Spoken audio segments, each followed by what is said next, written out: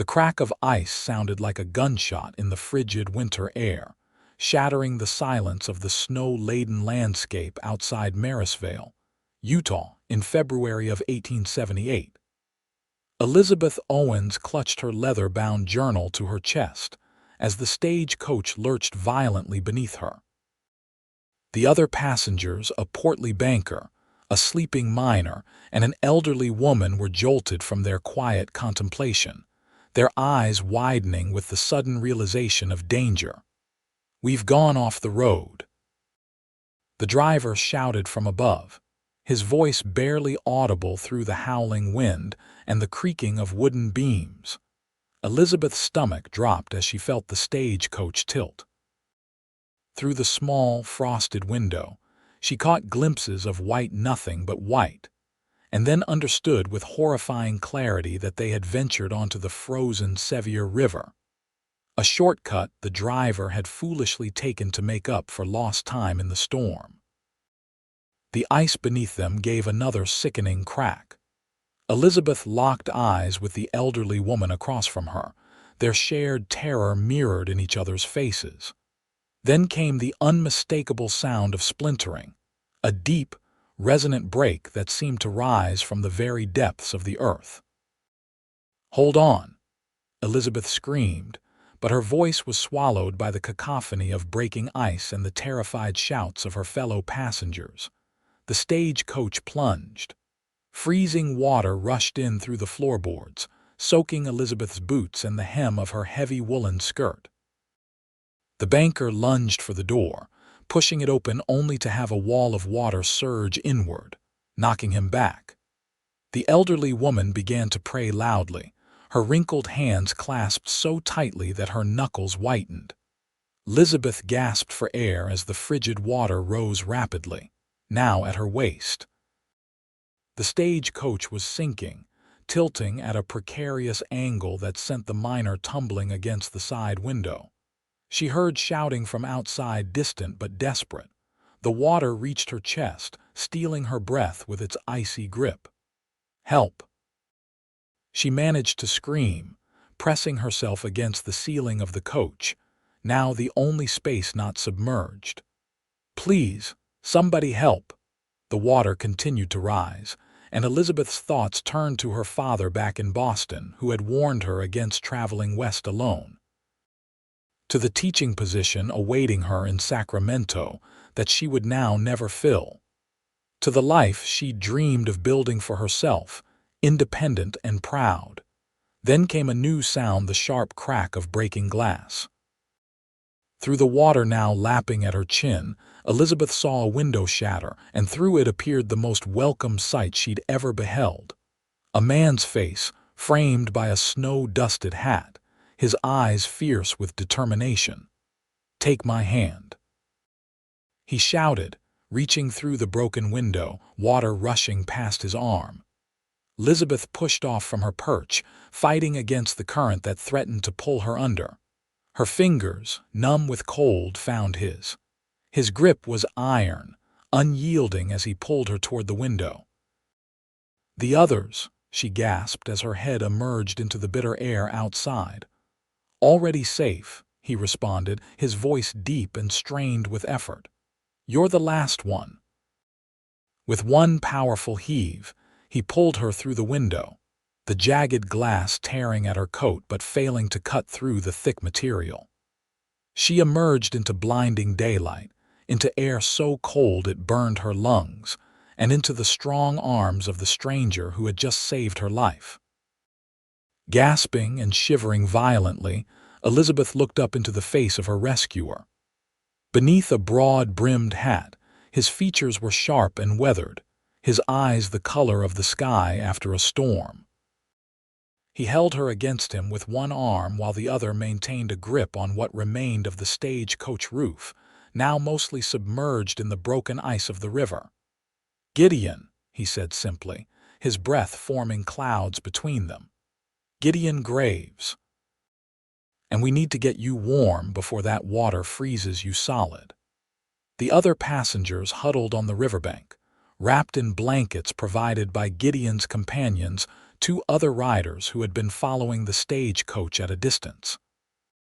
The driver sat apart, his face in his hands, clearly devastated by his error in judgment. "Elizabeth Owens," she managed through chattering teeth as Gideon lifted her onto his horse. "I'm much obliged to you, Mr. Graves." He swung up behind her, wrapping a warm blanket around her shoulders before urging his horse toward the shore. "Save your strength, Miss Owens. Marysvale is just beyond that ridge. We'll have you by a fire in no time." As consciousness began to fade, Elizabeth leaned back against the solid warmth of the man who had pulled her from certain death. Her last thought before darkness claimed her was that his arms felt remarkably safe for those of a complete stranger. Elizabeth awakened slowly, awareness returning in waves.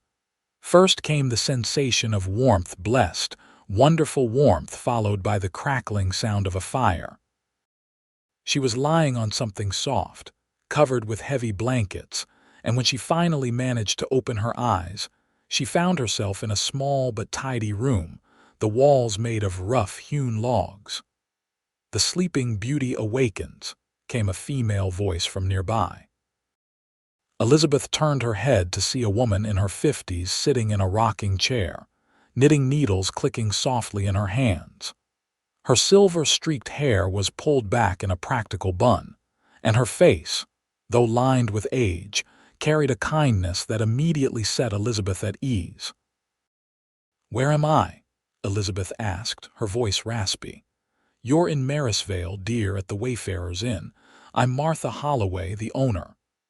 The woman set her knitting aside and moved to pour a cup of something steaming from a pot near the fire.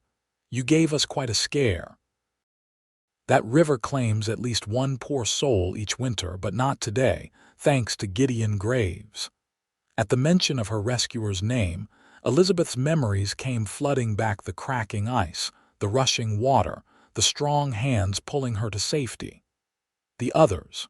she inquired anxiously. "All safe and sound," Martha assured her, helping Elizabeth sit up and placing the warm cup in her hands. "Mr. Peterson, the banker, has already continued his journey. The miner, Mr. Cooper, is downstairs enjoying his supper, and Mrs. Whitman is resting in the room next door. The driver, poor soul, is drowning his guilt in whiskey at the saloon." Elizabeth sipped the hot liquid, some kind of herbal tea sweetened with honey, and felt it warm her from within. "And Mr. Graves?" Martha's eyes twinkled knowingly. "He's been checking on you every hour since he brought you here yesterday afternoon. Said he needed to make sure you didn't develop lung fever after being in that water." "Yesterday?" Elizabeth exclaimed, nearly spilling her tea. "I've been asleep for a full day." "Your body needed rest after such an ordeal," Martha said soothingly. "Now, how about some stew? You must be famished." As if on cue, Elizabeth's stomach rumbled audibly, causing both women to laugh. "I believe that's a yes," Elizabeth admitted, suddenly aware of her ravenous hunger. Martha patted her hand. "I'll fetch you a bowl and let Gideon know you're awake. He'll be mighty relieved." After Martha left, Elizabeth took stock of her situation. Her clothes had been removed by Martha, she presumed, and she wore a flannel nightgown that was slightly too large. Her hair, normally confined in a neat bun or braid, fell loose around her shoulders. Reaching up, she attempted to bring some order to the tangled mass, suddenly self-conscious at the thought of her rescuer seeing her in such a disheveled state. A gentle knock at the door interrupted her futile grooming efforts. "Miss Owens," came a deep voice. "May I come in?" "Yes," she called, pulling the blankets up to ensure she was properly covered. Gideon Graves ducked slightly as he entered the room, his tall frame nearly filling the doorway. In the daylight, and without the distraction of imminent drowning, Elizabeth could properly see him for the first time. He was younger than she'd initially thought, perhaps 30 to her 24 years, with a strong jawline softened somewhat by a neatly trimmed beard. His hair, the color of dark honey, curled slightly where it met his collar. He'd removed his hat, holding it respectfully in his hands. "Miss Owens," he said, his relief evident in the small smile that transformed his face. "It's good to see you awake. How are you feeling?"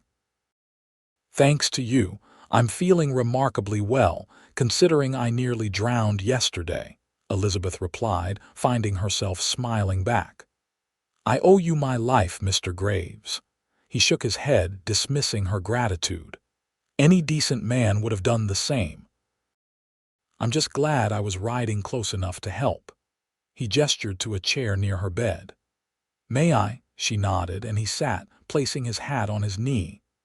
Up close, she noticed that his eyes weren't simply blue but rather a striking mix of blue and gray, like the sky reflected in river water.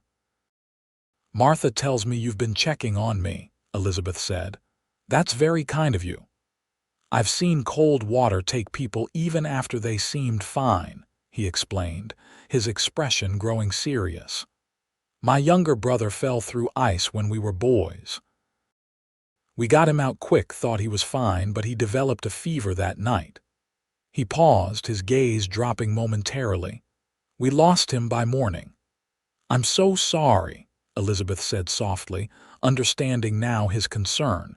Gideon looked up, his expression lightening somewhat. "Which is why I'm particularly glad to see you looking so well. No cough, no trouble breathing, none at all," she assured him.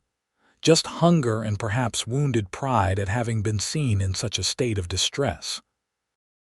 That earned her another smile, this one reaching his eyes and creating small lines at their corners that suggested he smiled often. "There's no shame in needing help sometimes, Miss Owens. We all do." Their conversation was interrupted by Martha's return, bearing a tray with a steaming bowl of stew, bread, and a cup of coffee. "Here we are," she announced, setting the tray across Elizabeth's lap. "Gideon, don't tire the poor girl.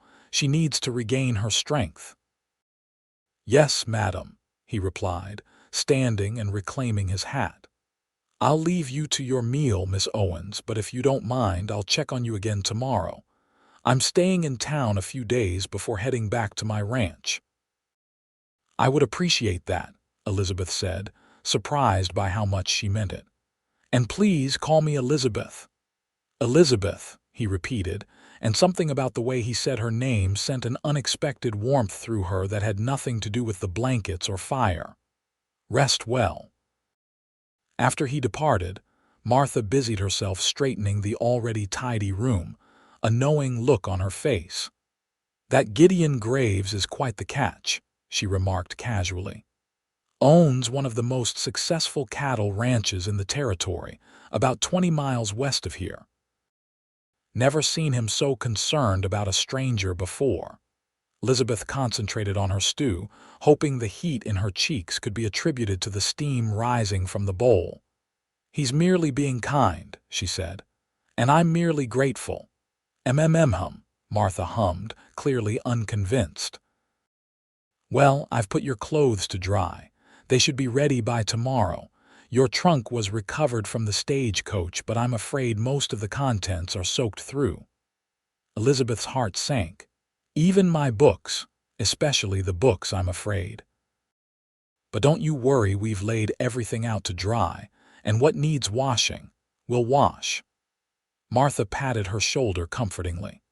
"Now, the next stagecoach won't be through for another week due to the weather, so you'll have plenty of time to rest and recover before continuing your journey." A week in Marysvale. The news should have dismayed Elizabeth, eager as she was to reach Sacramento before the start of the spring term. Yet as she savored the hearty stew and thought of Gideon's promise to check on her again, she found herself surprisingly untroubled by the delay.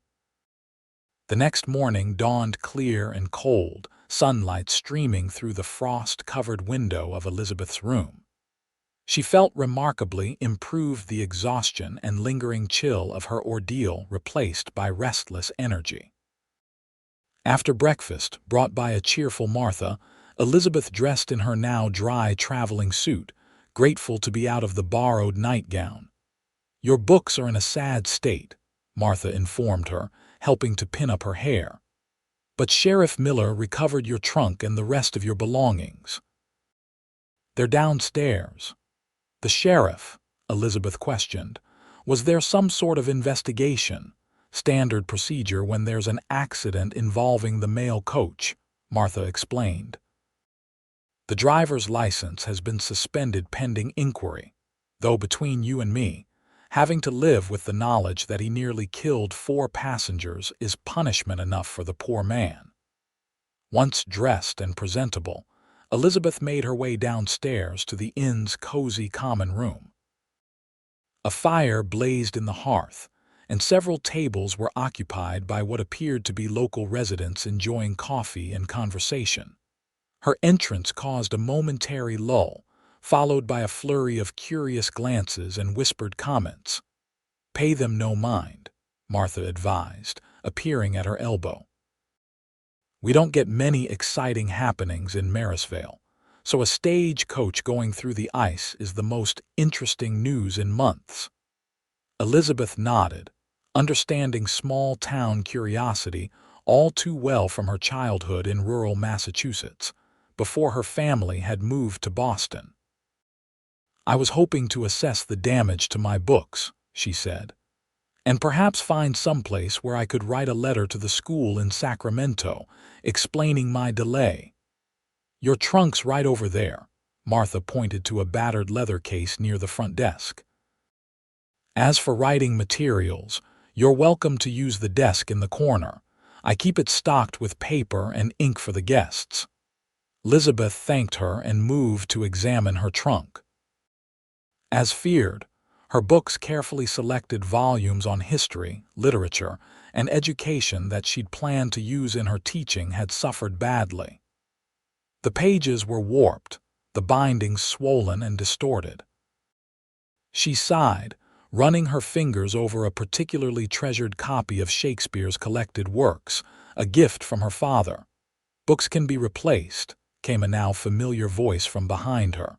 "Their owners cannot." She turned to find Gideon watching her, his expression warm. He wore a clean flannel shirt under a leather vest, and his hair was damp, as if recently washed. The effect was startlingly handsome. "Good morning, Mr. Graves," she greeted him, oddly flustered. "Gideon," he reminded her. "And good morning to you, Elizabeth. You're looking remarkably well for someone who took an unexpected winter swim just 2 days ago." "I feel well," she assured him, "though I'm afraid my library has seen better days." He bent to examine the damaged books. "These mean a lot to you." It wasn't a question, but she answered anyway. "They're tools of my trade. I'm to be the new schoolteacher in Sacramento." Gideon straightened, genuine interest in his eyes. "A teacher, I should have guessed. You have that scholarly look about you."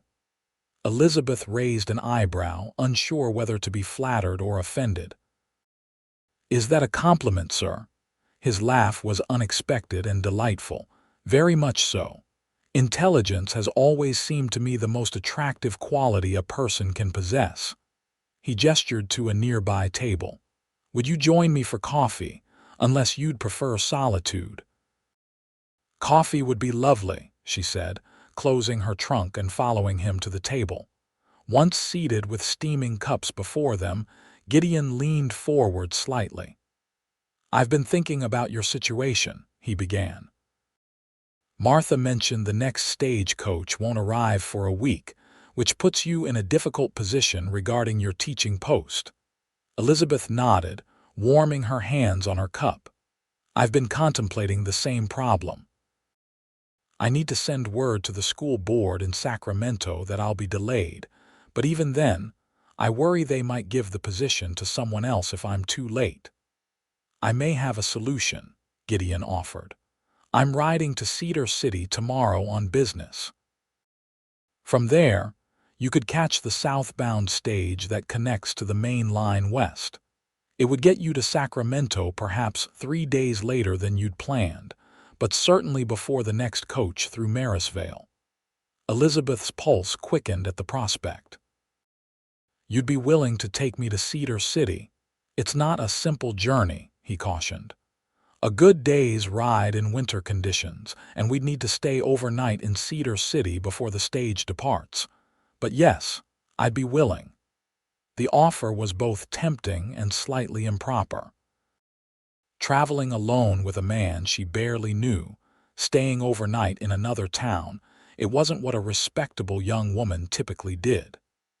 Yet Elizabeth had never been overly concerned with convention, a trait that had both exasperated and secretly pleased her progressive-minded father.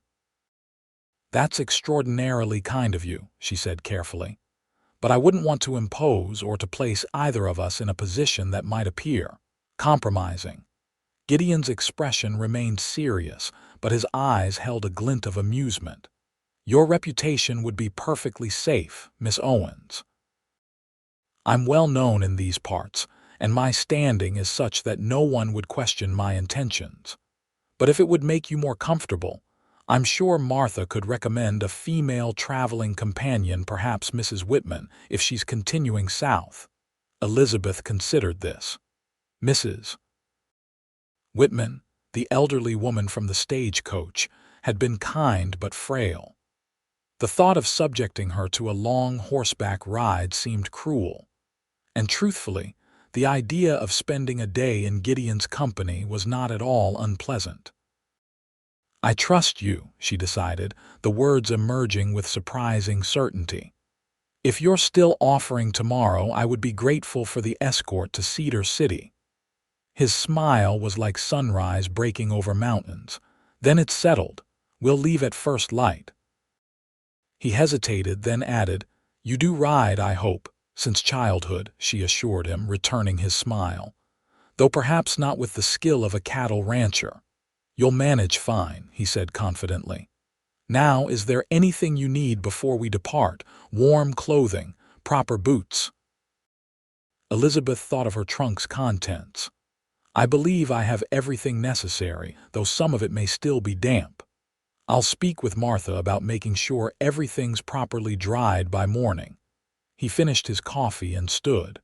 "I have some supplies to purchase in town today. Perhaps you'd like to accompany me. The fresh air would do you good, and it would give you a chance to see Marysvale." The invitation was unexpected but welcome. After nearly drowning and then being confined to bed, the prospect of movement and open skies was irresistible. "I'd like that very much," she said, rising to join him. Marysvale proved to be a small but vibrant community nestled between snow-covered mountains. The main street boasted a general store, a blacksmith shop, a small church, the sheriff's office, and, of course, the inevitable saloon. Despite the winter chill, townspeople moved purposefully about their business, many stopping to greet Gideon by name and cast curious glances at Elizabeth. "You're quite popular here," she observed as they left the general store, where Gideon had purchased coffee, flour, and other staples to be picked up later. "I do business with most folks in these parts," he explained, guiding her toward the blacksmith's. "My ranch supplies beef to nearly every settlement within 50 miles, and I buy grain, equipment, and supplies in return." "A true frontier entrepreneur," Elizabeth remarked, genuinely impressed. "How did you come to ranching?" Gideon's stride slowed slightly as they walked. "My father was a cattleman in Texas. After the war, he fought for the Confederacy. Though I was too young, he couldn't stomach returning to a defeated state. So he gathered what cattle he could and headed west with my mother and me." His expression grew distant. "They both died of cholera the first winter here. I was 17, suddenly in charge of a struggling ranch and 100 head of cattle." "I'm so sorry," Elizabeth said softly. "That must have been incredibly difficult." He nodded, acknowledgement rather than self-pity. "It was. But there were good people here who helped a grieving boy find his footing. I owe them a debt I can only repay by being the kind of man who helps others when they need it." "Like pulling drowning women from frozen rivers," she suggested, hoping to lighten his mood. It worked. His smile returned. Exactly like that. At the blacksmith's, Gideon arranged for his horses to be reshod before their journey. The blacksmith, a burly man named Fergus, eyed Elizabeth with undisguised curiosity. "So you're the lady from the stagecoach," he said bluntly. "Word is you were calm as could be, even with water up to your neck." Elizabeth laughed.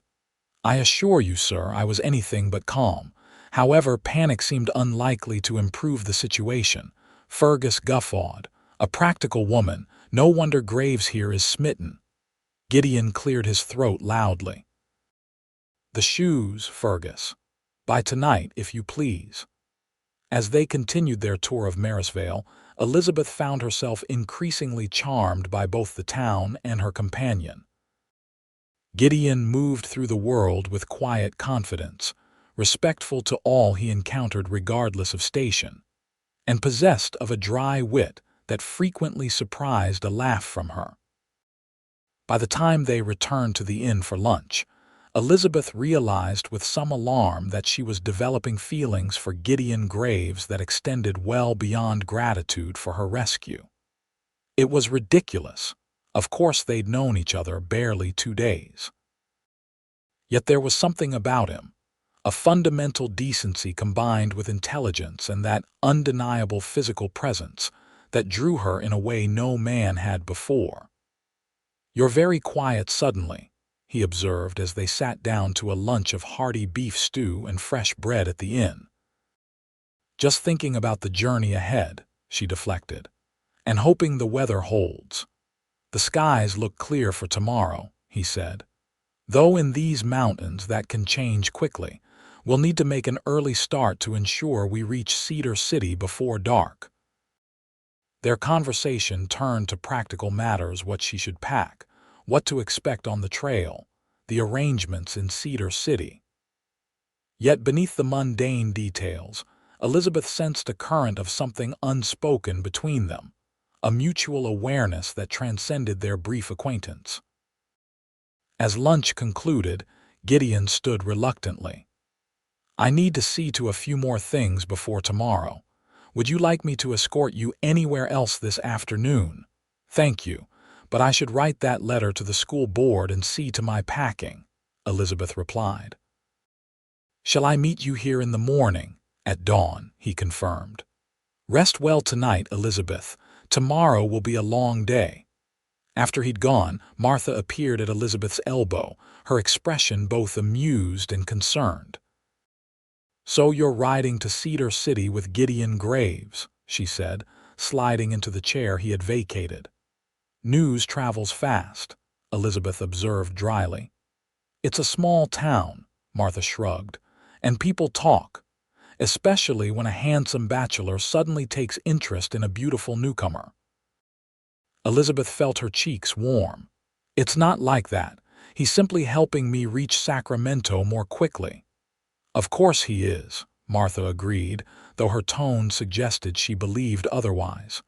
"Gideon's a good man, Elizabeth, the best kind. I've known him since he was a grieving boy trying to fill his father's boots. I've watched him build that ranch into something remarkable through sheer determination and honest work." "You sound like you're giving your blessing to a courtship that doesn't exist," Elizabeth pointed out, uncomfortable with the direction of the conversation. Martha patted her hand. "I'm just saying that life out here isn't like back east.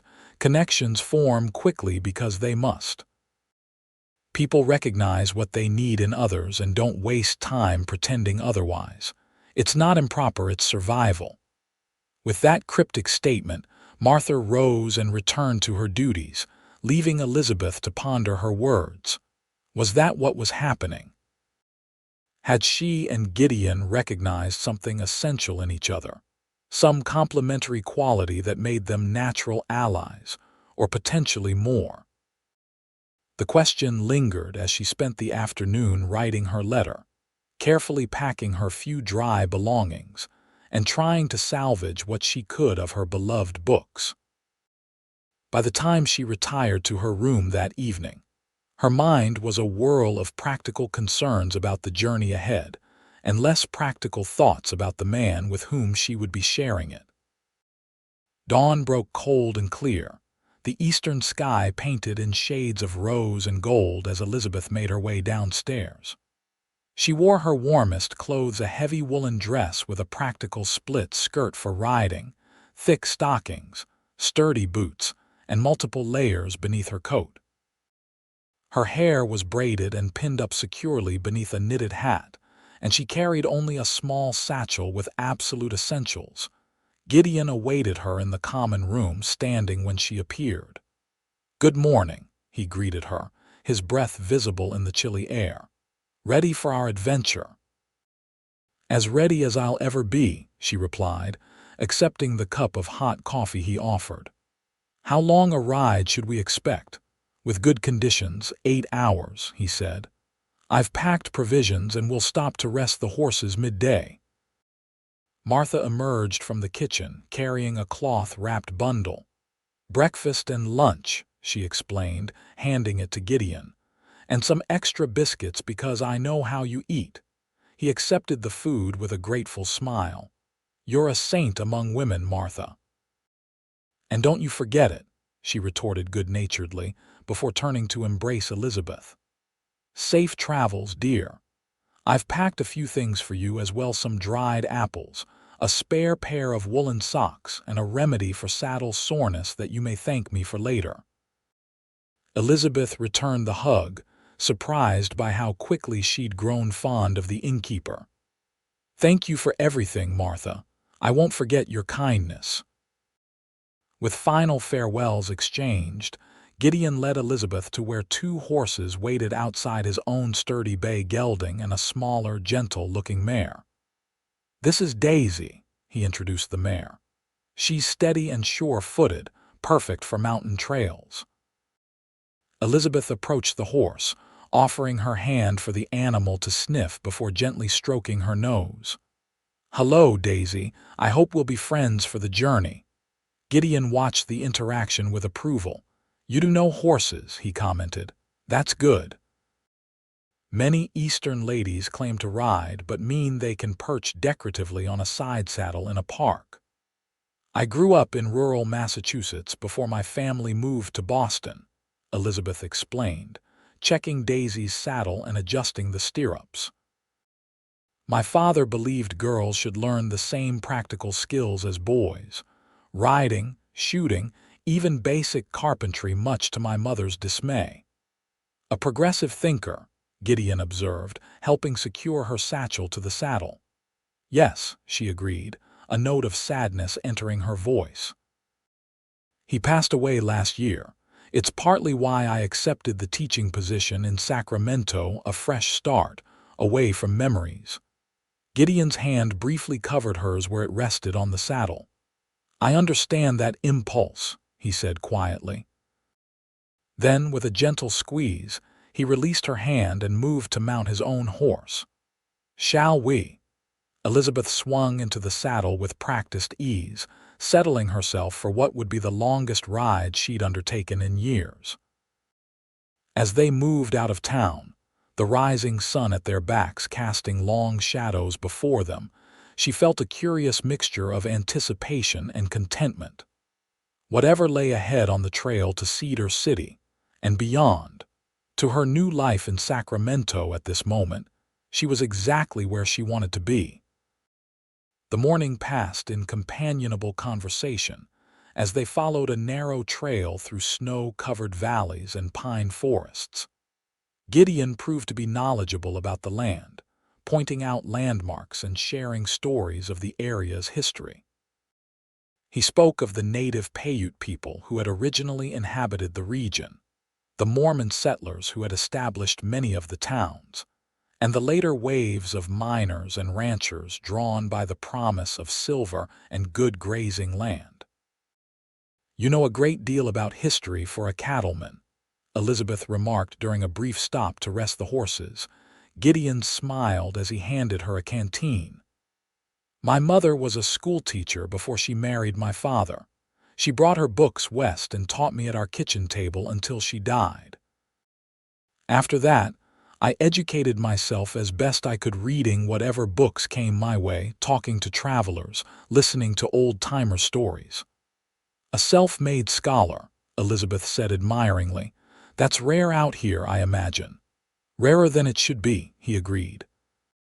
Which is why teachers like you are so important to these frontier communities. Children here deserve the same opportunities for learning as those in eastern cities. As they continued their journey, the trail began to climb, winding through mountain passes where the snow lay deeper.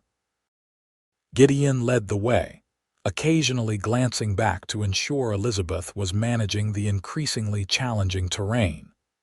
She appreciated his concern, but was determined to show no weakness, sitting tall in the saddle despite the growing ache in her back and thighs. By midday, they reached a high meadow sheltered by a stand of pines, where Gideon suggested they stop for lunch. He helped Elizabeth dismount, his hands strong and steady at her waist, lingering perhaps a moment longer than necessary before he turned to tend the horses. "Your riding skills were not exaggerated," he commented as they sat on a fallen log, unwrapping Martha's provisions, thick sandwiches of cold roast beef, apples, and oatmeal cookies. "Neither were yours," she returned, grateful for the chance to stretch her legs. "Though I may not be able to walk tomorrow," he laughed. "Martha's remedy will help with that. The second half of our journey is mostly downhill, which is easier on riders if not on horses." They ate in comfortable silence for a time, gazing out at the spectacular view of snow-covered peaks stretching to the horizon. The sky above was a deep, clear blue, the air so crisp it seemed to crystallize with each breath. "It's beautiful," Elizabeth said softly. "Different from New England's beauty, but no less breathtaking." Gideon nodded, his eyes on the distant mountains. "The first time I saw these ranges, I was in the back of a wagon, sick with the same fever that took my parents. I remember thinking that if heaven existed, it must look something like this." "And now," she asked, "after 12 years, does it still affect you the same way?" "Even more so," he admitted, turning to look at her. "Beauty grows more precious when you understand its fragility." Something in his gaze, a warmth, an invitation, made Elizabeth's heart beat faster. They were sitting closer now, though she couldn't remember either of them moving. His hand rested on the log between them, inches from her own. The moment stretched, taut with possibility, until a sudden gust of wind swept through the meadow, bringing with it a flurry of snow and a noticeable drop in temperature. Gideon's expression changed instantly, his gaze shifting to the western sky where dark clouds had appeared, seemingly from nowhere. "We need to move," he said, standing quickly. "There's a storm coming and we're still hours from Cedar City." Elizabeth followed his gaze, alarmed by the wall of gray now visible on the horizon. "How bad?" "Bad enough," he said grimly, already gathering their things. "This pass can become dangerous quickly in heavy snow." They mounted up with renewed urgency, Gideon leading them back to the trail at a pace that bordered on reckless given the terrain. Elizabeth sensed his concern and kept Daisy close behind his gelding, trusting in both her mount and her guide to navigate safely. For the next 2 hours they rode hard, the temperature dropping steadily as the storm approached from behind. The wind picked up, driving stinging particles of ice against their faces. Elizabeth pulled her scarf higher, thankful for the layers Martha had insisted she wear. "How much farther?" she called over the rising wind. "Too far," Gideon shouted back. "We need shelter. There's a line rider's cabin ahead. We'll aim for that." Elizabeth nodded, though she wasn't entirely certain what a line rider's cabin was. She trusted Gideon's judgment implicitly, however, and followed without question as he veered off the main trail onto a narrower path that plunged into a dense stand of pines. The trees provided some shelter from the wind, but the snow was falling heavily now, reducing visibility to mere yards. Gideon slowed their pace, clearly searching for something among the seemingly identical trunks. Finally, he pointed ahead to a small clearing where a low, dark shape was just visible through the swirling white. "There," he called. "The cabin." They reached it as the storm hit full force, dismounting hastily in what was rapidly becoming a blizzard. The cabin was crude but solid, a single room built of logs with a stone chimney at one end. Gideon unlocked the door with a key he produced from his coat pocket. "Wait inside while I see to the horses," he instructed, guiding Elizabeth through the door. "There should be lanterns and matches on the shelf by the fireplace." The interior was cold and dark but mercifully dry. Elizabeth found the supplies exactly where Gideon had indicated, and soon had a lantern lit, its warm glow revealing a sparse but serviceable shelter.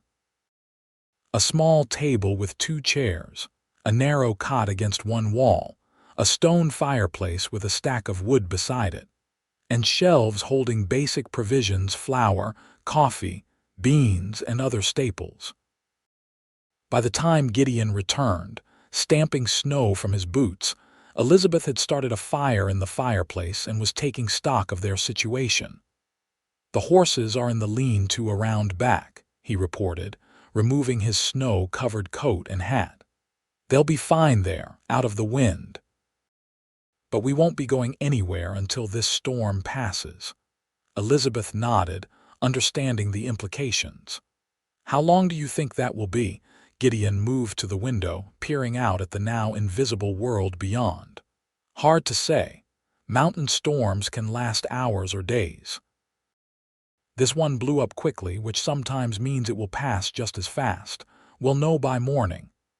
"So we're staying here tonight," Elizabeth said, making it a statement rather than a question. "Yes." He turned to face her, his expression serious. "I know this isn't what you expected, Elizabeth. Being trapped in a one-room cabin with a man you barely know isn't the situation a lady should find herself in. Better than being trapped in a blizzard with no shelter at all," she pointed out practically. "And I do know you, Gideon. You saved my life, remember. I trust you completely." The tension in his shoulders eased visibly at her words. "Thank you for that," he said quietly. "I promise you have nothing to fear from me." "I never thought otherwise," she assured him, then gestured to the cabin's sparse furnishings. "Now, shall we see what provisions we have? I don't know about you, but I'm famished after that ride." They worked together efficiently, Gideon building up the fire while Elizabeth examined the food stores. She found coffee, flour, salt pork, and dried beans, basic but sufficient. A closer inspection of the shelves revealed a Dutch oven and basic cooking implements. "This cabin seems well stocked," she commented. "Do you maintain it?" "The ranchers in this area share responsibility for the line cabins," Gideon explained, adding another log to the now blazing fire. "They're used by cowboys riding the boundaries of the range's line riders, especially in winter when checking on cattle can mean days away from the main ranch houses. We all contribute supplies and keep them ready for emergencies." He glanced at the window, where snow was accumulating on the sill. "Like this one." As the cabin warmed, they settled into domestic routines with surprising ease. Elizabeth mixed biscuit dough while Gideon prepared a simple stew using salt pork and some of the vegetables Martha had packed for their journey. The physical labor of their long ride, combined with the sudden warmth and the comforting smells of cooking food, created an atmosphere of intimate contentment that seemed to transcend the unusual circumstances. They ate at the small table, the lantern between them casting a golden glow that softened the cabin's rough edges. Outside, the wind howled and snow pattered against the windows, but inside was warmth, food, and conversation that flowed as easily as if they'd known each other for years rather than days. Tell me about your ranch, Elizabeth prompted as they lingered over cups of strong coffee. You said it's 20 miles from Marysvale, Gideon nodded, his expression softening with evident pride. The Double G sits in a valley west of town. 5,000 acres, most of it good grazing land. I run about 800 head of cattle and keep a small herd of horses. There's a main house, a bunkhouse for the hands, a barn, and the usual outbuildings. It sounds substantial, Elizabeth said, impressed. You've accomplished a great deal for someone who started with so little. He shrugged, though his eyes betrayed his pleasure at her recognition. I've been fortunate, and stubborn, mostly stubborn. You manage it all yourself. I have a foreman, Hank Miller, no relation to the sheriff, who's been with me almost from the beginning, and usually 6 to 8 cowboys, depending on the season. Plus a cook who would be mortified by the simple meal I just prepared. His smile turned wry. Though I suspect none of them would complain about having such charming company for dinner. Elizabeth felt herself blush slightly at the compliment. And do you often have charming company for dinner at the ranch? It was a forward question, bordering on improper, but she found herself genuinely curious about Gideon's personal life. Was there a woman waiting for him somewhere? It seemed impossible that a man like him would be unattached. His expression grew thoughtful. Not often, he admitted. The nearest neighbors are miles away, and while I make it to town regularly for business, social occasions are rare. He hesitated, then added more quietly, ranch life can be solitary, especially for someone who hasn't taken a wife. You've never married. The question slipped out before Elizabeth could consider its propriety. Never found the right woman, he said simply. Or perhaps never allowed myself to look too hard. Building the ranch has consumed most of my attention these past 12 years. And now? She asked, her voice softer than she intended. Gideon's eyes met hers across the table, their blue-gray depths reflecting the lantern's flame. Now I find myself wondering what I've been waiting for. The air between them seemed to thicken, charged with unspoken possibilities. Elizabeth became acutely aware of the cabin's confines, of the single cot against the wall, of the intimacy created by shared danger and mutual attraction. Gideon cleared his throat and stood, breaking the moment. You should take the cot, he said, moving to gather their dishes. I'll make a pallet by the fire. That doesn't seem fair, Elizabeth protested. You've done all this rescuing me, bringing me here, sharing your supplies. I should be the one sleeping on the floor. He shook his head firmly. That's not open for debate, Elizabeth. You're taking the cot. She recognized the steel beneath his polite tone and nodded, accepting his decision. They cleaned up together in companionable silence, the earlier tension gradually easing into something more comfortable, but no less meaningful. As night settled fully outside, the storm continued unabated, the wind finding every crack in the cabin's walls to whistle through.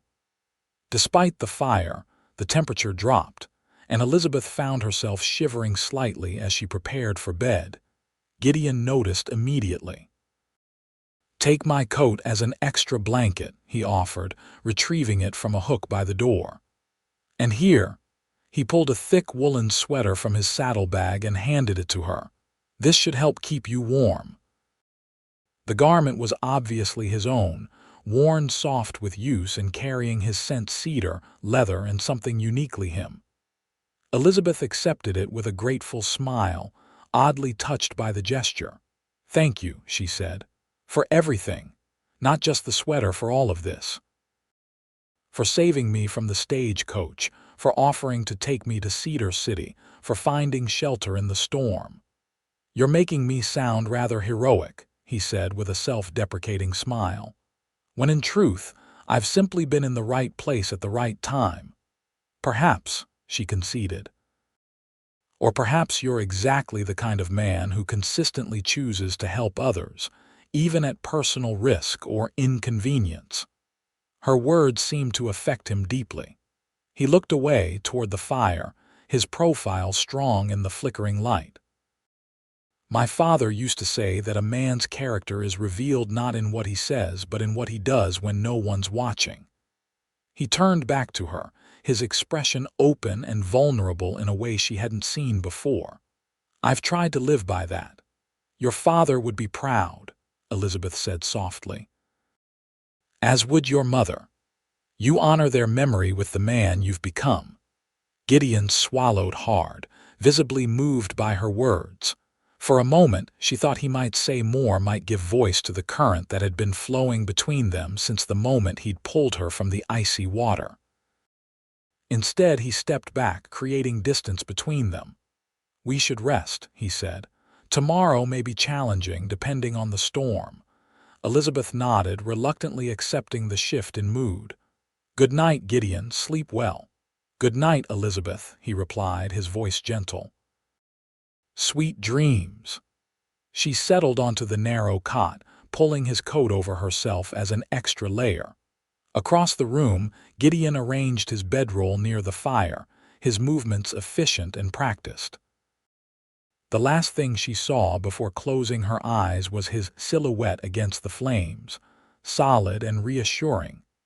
Despite her physical exhaustion, sleep proved elusive. The wind's mournful howling, the unfamiliar sounds of the cabin settling, and most of all, the acute awareness of Gideon's presence mere feet away kept her mind active. She found herself thinking of what Martha had said about connections forming quickly on the frontier, about recognizing what you needed in another person. Was that what was happening here? This pull toward a man she'd known less than a week felt both reckless and inevitable, like stepping off a cliff only to discover you could fly. It defied logic, propriety, and her own carefully constructed plans for independence. Yet it felt more real than anything she'd experienced before. Eventually, lulled by the storm's rhythm and wrapped in Gideon's scent from his sweater, Elizabeth drifted into sleep, her dreams filled with images of ice breaking and strong hands pulling her toward safety, toward home. Morning arrived with startling brightness, sunlight streaming through the cabin's small windows to fall across Elizabeth's face. She blinked awake, momentarily disoriented before remembering the events of the previous day. The storm, the cabin, Gideon. She sat up quickly, looking toward the fireplace, but Gideon's bedroll was empty, neatly packed away. The fire had been built up again, and the smell of coffee filled the small space. Outside, she could hear the sound of an axe splitting wood. Elizabeth rose, smoothing her rumpled clothes as best she could and quickly rebraiding her hair. She folded Gideon's sweater and coat, placing them carefully on the table before moving to the window. The world outside had been transformed overnight. The storm had passed, leaving behind a landscape of pristine white, sparkling in the morning sun. Every branch, every surface was coated with snow, creating a scene of breathtaking beauty. Through the glass, she could see Gideon by a woodpile near the lean to where they'd sheltered the horses. He worked steadily, the axe rising and falling in a rhythm that spoke of long practice. He'd removed his coat despite the cold, and his shirt clung to his shoulders with exertion. Elizabeth watched him for a moment, struck by the simple masculinity of the image, a man providing warmth and security through physical labor. It stirred something primal in her, a recognition of complementary strengths. She turned away from the window, feeling like an intruder on a private moment, and busied herself with making breakfast. By the time Gideon returned, arms laden with split logs, she had coffee poured and biscuit dough mixed. "Good morning," he greeted her, stamping snow from his boots before entering. "You slept well, I hope." "Better than expected," she replied, returning his smile. "The storm has passed, I see. Cleared sometime before dawn, he confirmed, adding wood to the fire. The trail will be challenging with the fresh snow, but passable. If we leave within the hour, we should reach Cedar City by mid-afternoon. Elizabeth nodded, trying to ignore the flicker of disappointment she felt at the prospect of their journey ending. I'll have breakfast ready shortly. They ate quickly, aware of the need to make the most of daylight hours. The easy intimacy of the previous evening had been replaced by a practical focus on the tasks ahead. Yet something had shifted between them, a deeper awareness, an unspoken acknowledgement of feelings neither was ready to name. As they prepared to depart, Gideon insisted on restocking the cabin's provisions from their own supplies, explaining that it was the code of the mountains to leave a shelter better supplied than you found it. Elizabeth helped, impressed by his adherence to this unwritten law. Finally, with the horses saddled and the cabin secured, they stood in the clearing, ready to continue their journey. The forest around them was utterly silent, the snow muffling all sound save their own voices and the occasional snort from the horses.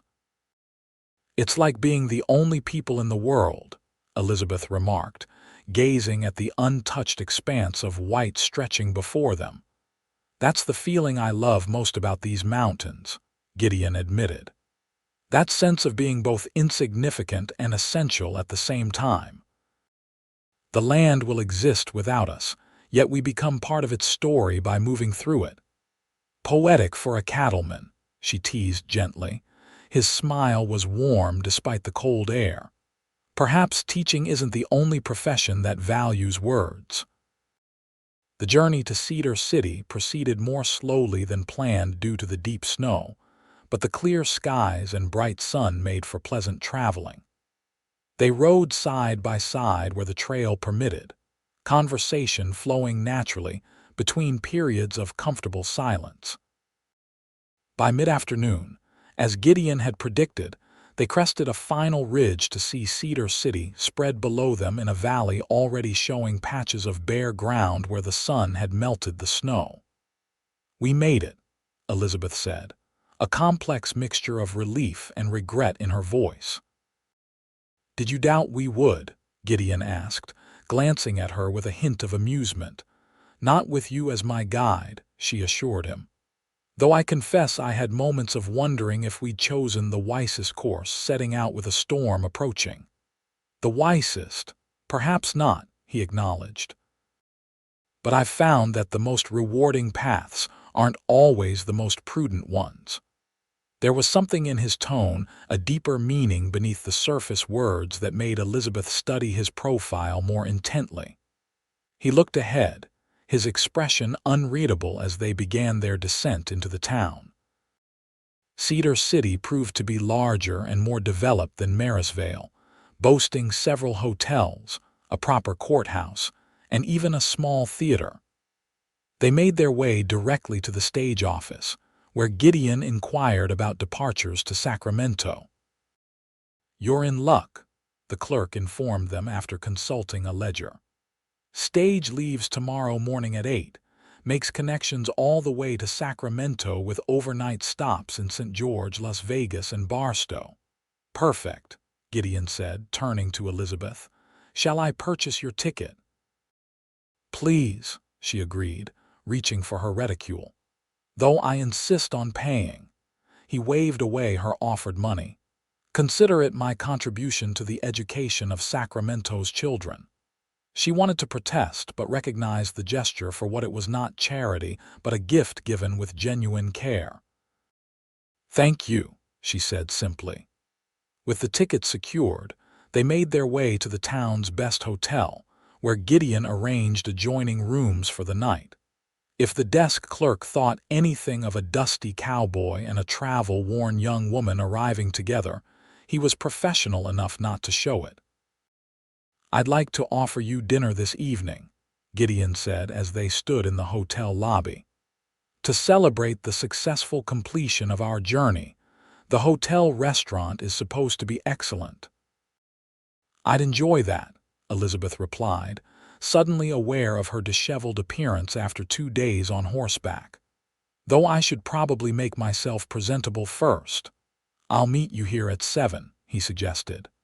And Elizabeth, he hesitated, then continued in a lower voice. "I'd like to discuss something important over dinner, about your plans and possibilities you may not have considered." Before she could ask what he meant, he excused himself to see to the horses, leaving Elizabeth both intrigued and slightly apprehensive. What possibilities did he mean? And why did his tone suggest that whatever he planned to discuss might change the course of her carefully arranged future? The hotel offered the luxury of hot water, and Elizabeth gratefully indulged in a proper bath, washing away the dirt and fatigue of their journey. She had few clothes that hadn't been damaged in the stagecoach accident, but she'd managed to save one good dress, a deep green wool that complemented her auburn hair and hazel eyes. As she dressed for dinner, Elizabeth found herself taking more care with her appearance than usual, pinning her hair in a softer style than her typical Sevier bun, and even applying a touch of rose-colored salve to her lips. The face that looked back at her from the mirror seemed different somehow, her eyes brighter, her expression more animated. "You're being ridiculous," she told her reflection sternly. "Whatever Gideon wants to discuss is likely practical in nature. Perhaps he's simply concerned about your continuing journey."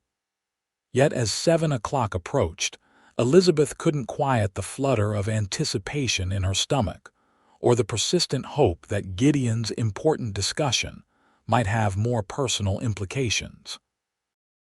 He was waiting in the lobby when she descended the stairs, and the way his eyes widened slightly at the sight of her sent a thrill through Elizabeth that she couldn't quite suppress. He too had cleaned up, wearing a well-cut black suit that transformed the rugged cowboy into a remarkably handsome gentleman.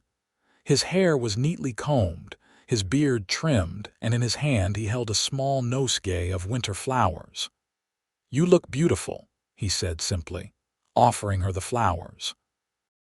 "Thank you," she replied, accepting them with genuine pleasure.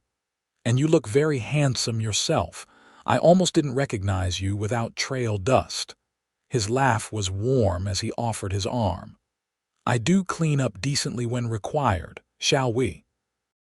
The hotel restaurant was indeed excellent, offering a sophisticated menu that reflected the town's growing prosperity. They were seated at a quiet table near a window overlooking the town square, where gas lamps were being lit as dusk settled. Throughout the first courses, they kept their conversation light, sharing observations about Cedar City and recounting moments from their journey.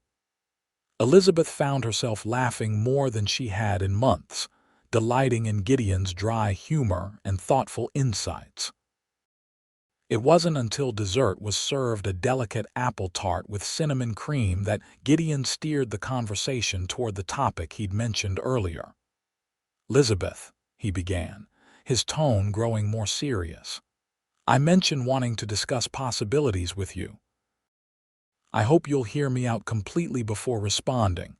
She nodded, setting down her fork as anticipation tightened her chest. "Of course." Gideon took a breath, his eyes holding hers steadily. "The past few days have been extraordinary. Not just the dramatic circumstances of our meeting or the adventure of our journey, but the connection I've felt with you. I believe you feel it too, this sense that we understand each other in ways that defy the brevity of our acquaintance." "I do," Elizabeth admitted softly, her heart beginning to race. "It's unlike anything I've experienced before." His expression warmed at her confirmation. "When you told me about your teaching position in Sacramento, I was genuinely impressed. Your intelligence, your dedication to education, these are qualities I deeply admire. But I also found myself selfishly wishing your destination was elsewhere, somewhere closer." Elizabeth remained silent, hardly daring to breathe as he continued. "Marysvale has no proper school, Gideon said. The children receive inconsistent instruction from whoever in town has the time and inclination. It's been a concern of mine for years, but finding a qualified teacher willing to settle in such a remote location has proven impossible. He leaned forward slightly. Until now, perhaps. Are you offering me a teaching position in Marysvale? Elizabeth asked, uncertain whether to feel flattered or disappointed. She had hoped for a more personal proposition. In a manner of speaking, he replied, a hint of nervousness now visible beneath his usual confidence. I'm proposing to build a school, a proper one, with desks and books and everything needed for a quality education, and I'm asking if you would consider being its teacher. But my contract in Sacramento. I understand it's a significant thing to ask, he acknowledged. You have commitments, plans. I'm simply asking you to consider an alternative. Elizabeth studied him, sensing there was more he wasn't saying. Why me, Gideon? Surely there are other qualified teachers closer than Boston who could fill this role. He met her gaze directly. Because in the short time I've known you, I've come to care for you deeply. Because I believe you could find fulfillment in Marysvale.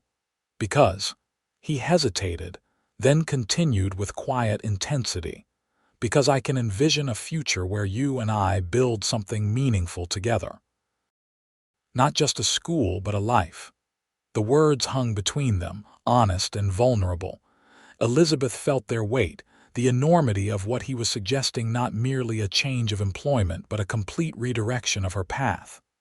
I don't know what to say, she admitted finally. This is unexpected.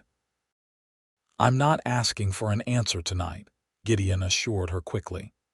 Only that you'll think about it. The stage leaves tomorrow as planned. You can continue to Sacramento, fulfill your commitment there if that's what you decide is right. But know that there's a place for you in Marysvale, should you ever choose to return.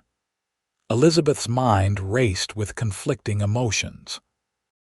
The practical part of her insisted this was madness, abandoning a secure position in a civilized city for an uncertain future in a frontier town, all because of feelings developed over mere days.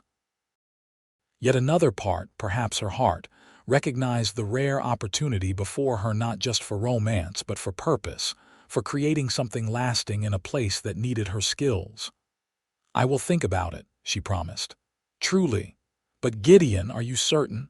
You barely know me. His smile was gentle but confident. I know what matters. I know you're brave, intelligent, and compassionate. I know you faced death with remarkable composure. I know you appreciate both Shakespeare and practical jokes. His expression grew more serious. And I know that when I imagine my future now, you're in it. That's enough for me to be certain. They lingered over coffee as the restaurant gradually emptied around them, discussing possibilities rather than certainties. Gideon spoke of his vision for the school, of the children in the area who would benefit, of the community that would welcome her. Elizabeth shared her teaching philosophy, her hopes for making a difference in her students' lives, her concerns about isolation and limited resources. Neither mentioned love explicitly, yet it underlay every word, every shared glance. When they finally rose to leave, the hour was late. Gideon walked Elizabeth to her room, maintaining a respectful distance despite the intimacy of their conversation. At her door, she turned to face him. Thank you for a lovely evening, and for giving me something significant to consider. Thank you for listening, he replied. Whatever you decide, I want you to know these past days have meant a great deal to me. Elizabeth hesitated, then made a decision that felt both impulsive and inevitable. She stepped closer and placed a gentle kiss on his cheek. To me as well, she whispered. His breath caught, his hand rising to touch the spot her lips had brushed. For a moment she thought he might pull her closer, might turn that chaste gesture into something more substantial. Instead, he took a step back, his restraint evident in the tension of his shoulders. "Good night, Elizabeth," he said, his voice husky. "Sleep well." "Good night, Gideon." Inside her room, Elizabeth moved to the window, gazing out at the moonlit town while her thoughts whirled. The sensible course was clear. Continue to Sacramento, fulfill her contract, build the independent life she'd planned. Yet the pull toward Marysvale, toward Gideon, was undeniable. She thought of her father, who had always encouraged her to make bold choices. "Life rewards courage, Lizzie," he'd often said. "Not recklessness, mind you, but the courage to follow your convictions even when the path isn't clear." What were her convictions now? She believed in education, in making a difference in children's lives. That could be accomplished in Sacramento or Marysvale. She valued independence, yes, but wasn't there a kind of independence in helping to build something new, something needed? And then there was Gideon himself. The connection between them felt real and significant, unlike the tepid courtships she'd experienced in Boston. There was a rightness to their interactions, a sense of complementary strengths and shared values that suggested a foundation for something lasting.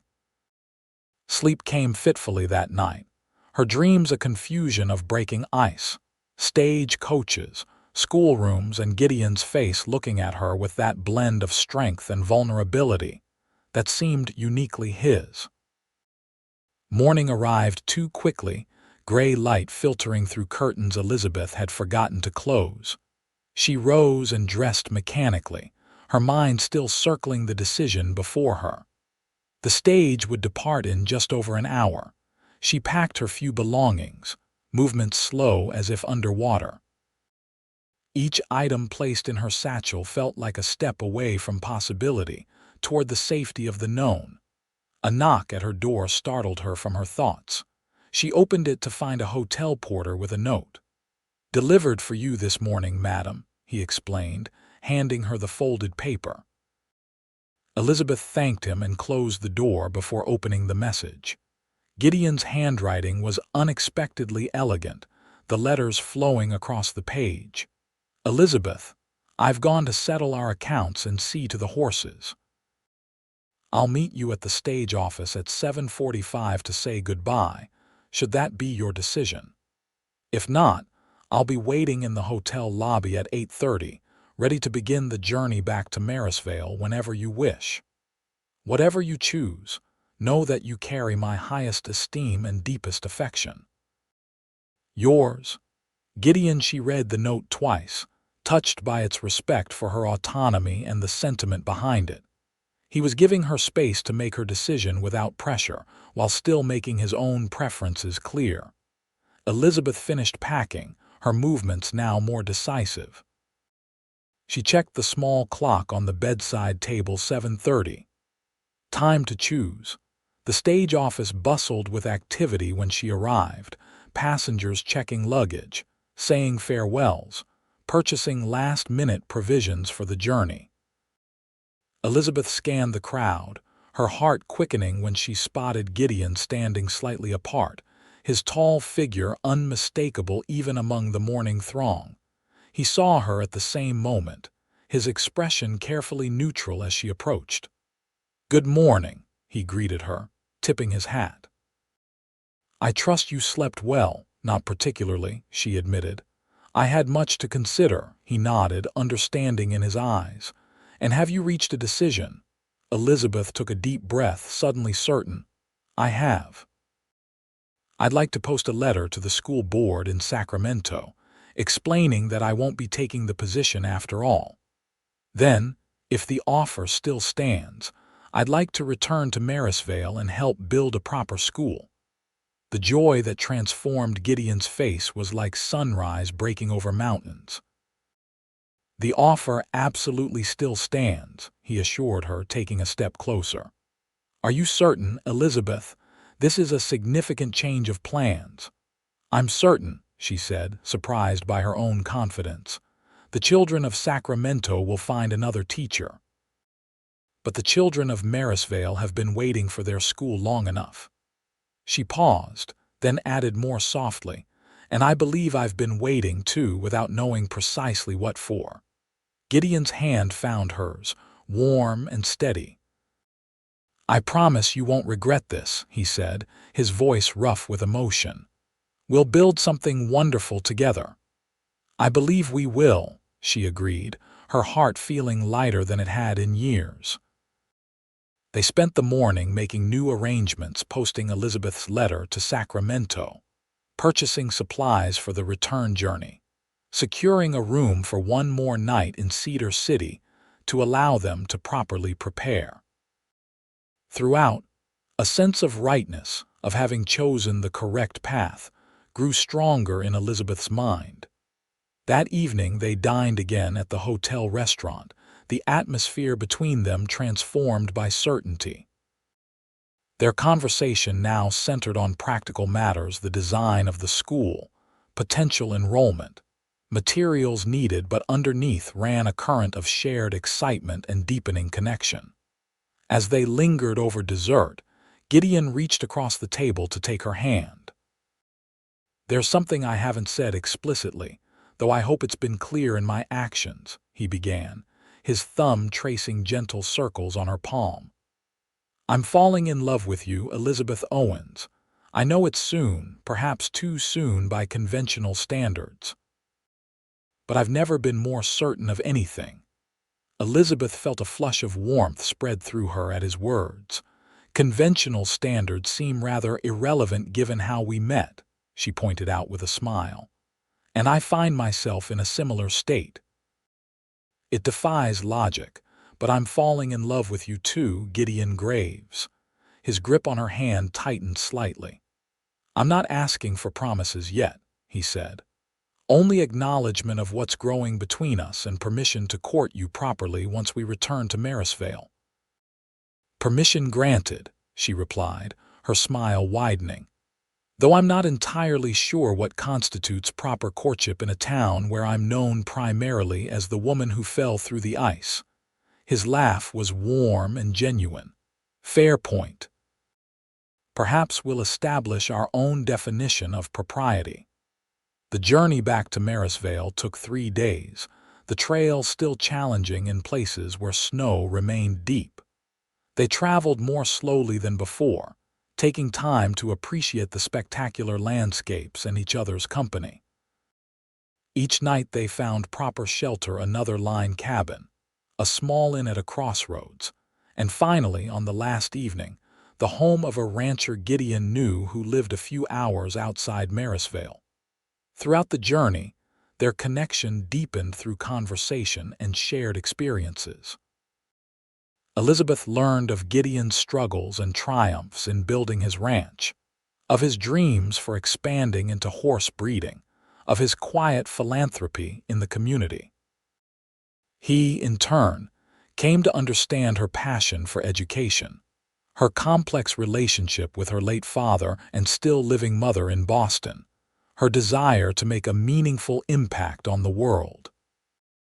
Physical expressions remained respectful, but increasingly warm hands held while riding side by side, a supportive arm around her waist when crossing difficult terrain. And once, when they reached a particularly breathtaking vista, a brief, sweet kiss that left them both smiling like youngsters. Their arrival in Marysvale caused a minor sensation. Word of Elizabeth's decision to stay and establish a school had somehow preceded them, and a small welcoming committee including Martha, Sheriff Miller, and several townspeople awaited them at the edge of town. "Word travels faster than horses in these parts," Gideon murmured as they approached the gathered crowd. Martha was the first to reach them, embracing Elizabeth warmly. "I knew you'd be back," she declared triumphantly. "Didn't I say connections form quickly out here? Didn't I say people recognize what they need in each other?" Elizabeth laughed, returning the hug. "You did indeed, Martha. Your wisdom exceeds your years. And yours may yet match your book learning," the older woman replied with a wink before turning to embrace Gideon as well. The next weeks passed in a whirlwind of activity. True to his word, Gideon immediately began arrangements for building the school, donating land at the edge of town and organizing local craftsmen for construction. Elizabeth divided her time between helping plan the school, becoming acquainted with the families whose children would attend, and settling into Marysvale. Martha insisted she continue staying at the Wayfarers Inn until more permanent arrangements could be made. It wouldn't be proper for you to stay at Gideon's ranch, regardless of how honorable his intentions, she declared firmly. This town may be small, but gossip grows like weeds in desert rain. Elizabeth agreed readily, recognizing the wisdom in maintaining appearances, especially as the new schoolteacher. Gideon, meanwhile, split his time between the ranch and town, riding in almost daily to check on the school's progress and, not incidentally, to continue his courtship of Elizabeth. Their courtship followed a pattern both traditional and uniquely their own. There were formal dinners at the inn's restaurant, Sunday walks after church, and occasional picnics when weather permitted. But there were also afternoons spent poring over plans for the school, evenings reading aloud from whatever books had survived the Stagecoach accident, and long conversations about everything from cattle breeding to Greek philosophy. By the time the snow began to melt in earnest, marking the arrival of early spring, the school building was nearing completion, a sturdy structure of timber and stone with large windows to admit natural light, a proper heating stove, and even a small bell tower. Inside, rows of desks awaited students and bookshelves stood ready for the volumes Gideon had ordered from Denver and Salt Lake City. On a particularly fine March morning, Elizabeth stood in the empty schoolroom, running her hand along the teacher's desk that had been crafted by the local carpenter. Sunlight streamed through the windows, creating pools of warmth on the polished wooden floor. "Does it meet with your approval, Miss Owens?" came Gideon's voice from the doorway. She turned to find him watching her, his expression a mix of pride and expectation. "It's perfect," she said sincerely. "Better than any schoolroom I've taught in before." "The children of Marysvale are fortunate indeed." "The children of Marysvale are fortunate to have you," he corrected, crossing the room to stand beside her. "This building is just wood and stone. You're the one who will fill it with knowledge and inspiration." Elizabeth smiled up at him, still sometimes surprised by the depth of his faith in her abilities. Over the past weeks, as they'd grown closer, she'd come to treasure this quality in him, his unwavering belief in her, matched by his willingness to challenge her when needed. "We make a good team," she observed. "You provide the practical foundation, I supply the educational content." "Speaking of teams," Gideon said, his tone shifting slightly, "there's something I'd like to discuss with you, a question I've been wanting to ask for some time." Elizabeth's heart skipped a beat as he took her hands in his. She'd suspected this moment might be coming, had even hoped for it, but now that it appeared to be here, she felt a flutter of nervous anticipation. "Elizabeth Owens," Gideon began, his voice steady despite the emotion visible in his eyes. "These past months have been the happiest of my life. Getting to know you, watching you embrace Marysvale and its people, seeing your passion for education, all of it has only confirmed what I began to suspect the moment I pulled you from that stagecoach." "And what was that?" she asked softly.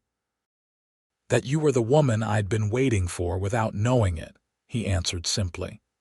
"The one who would challenge me, support me, make me laugh, make me think. The one I want to build a life with, not just a school." He released one of her hands to reach into his pocket, withdrawing a small box.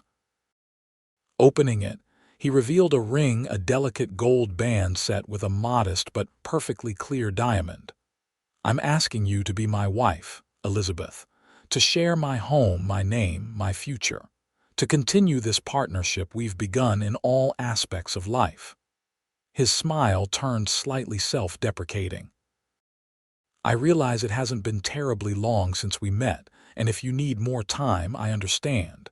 But I know my own heart, and it belongs entirely to you." Elizabeth felt tears welling in her eyes, not of sadness but of overwhelming joy. "Yes," she said without hesitation. "Yes, I will marry you, Gideon." His face lit with such happiness that it nearly took her breath away. He slipped the ring onto her finger, a perfect fit, and then drew her into his arms, his kiss conveying all the love and promise contained in their agreement. When they finally separated, both somewhat breathless, Elizabeth laughed softly. "Martha will be insufferably smug about this. She predicted it from the moment you brought me to the inn." "Martha is a wise woman," Gideon acknowledged with a grin. "Though I suspect even she couldn't have foreseen that a stagecoach breaking through ice would lead to this.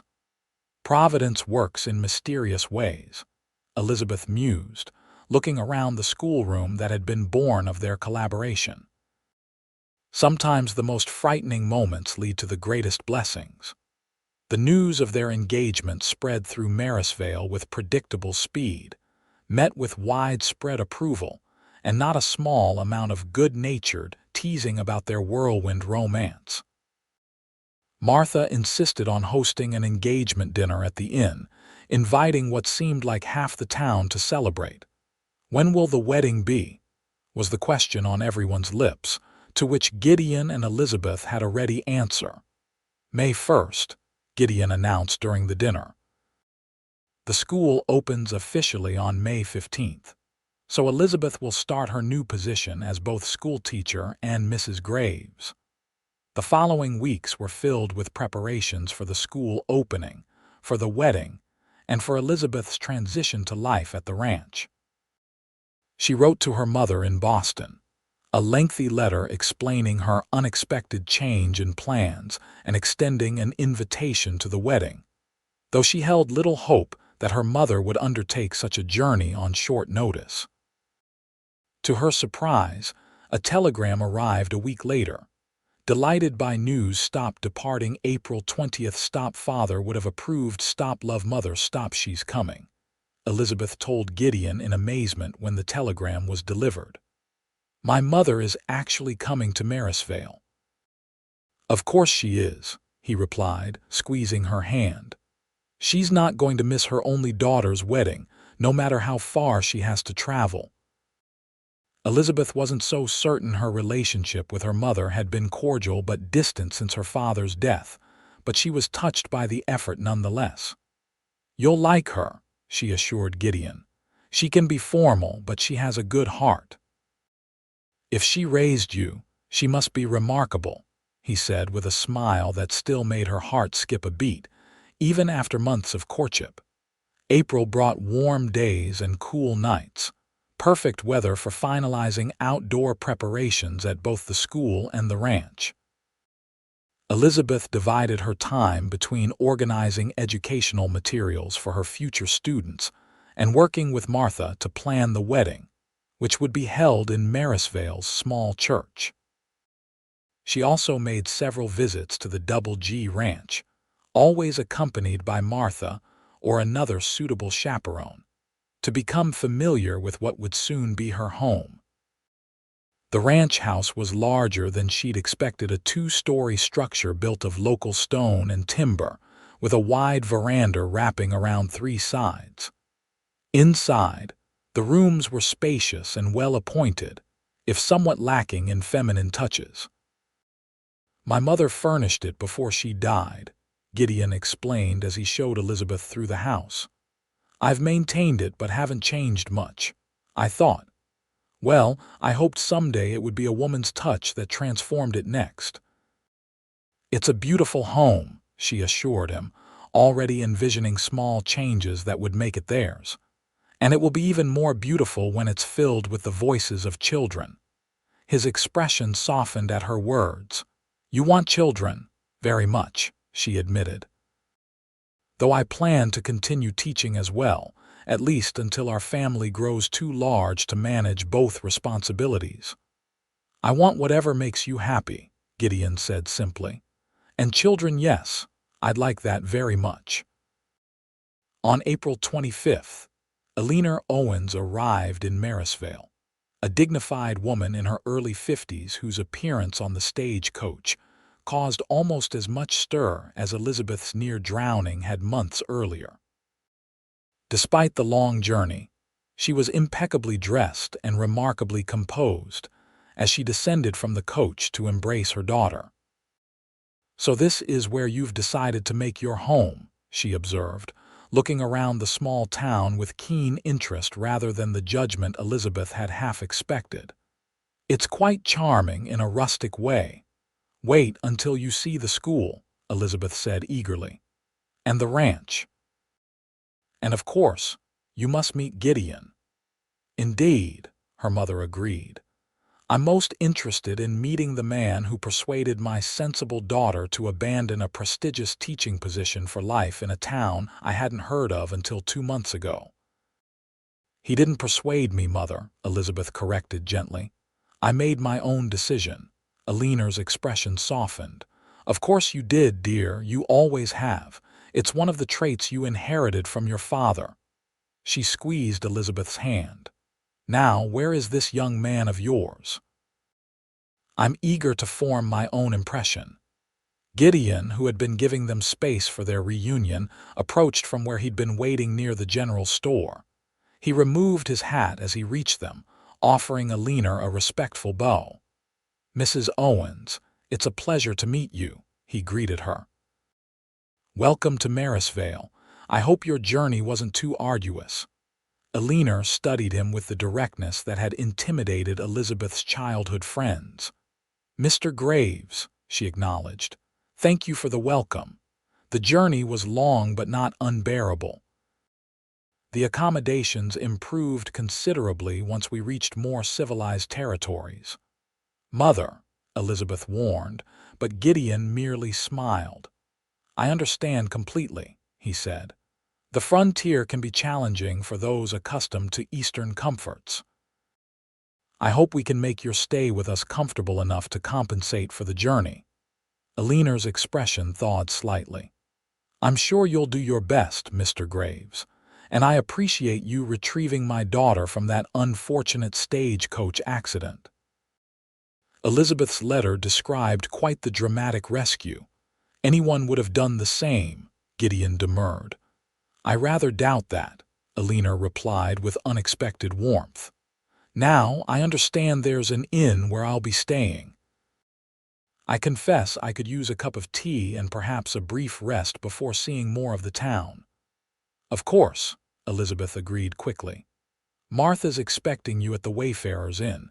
Gideon, would you mind bringing Mother's trunks? I'll walk with her."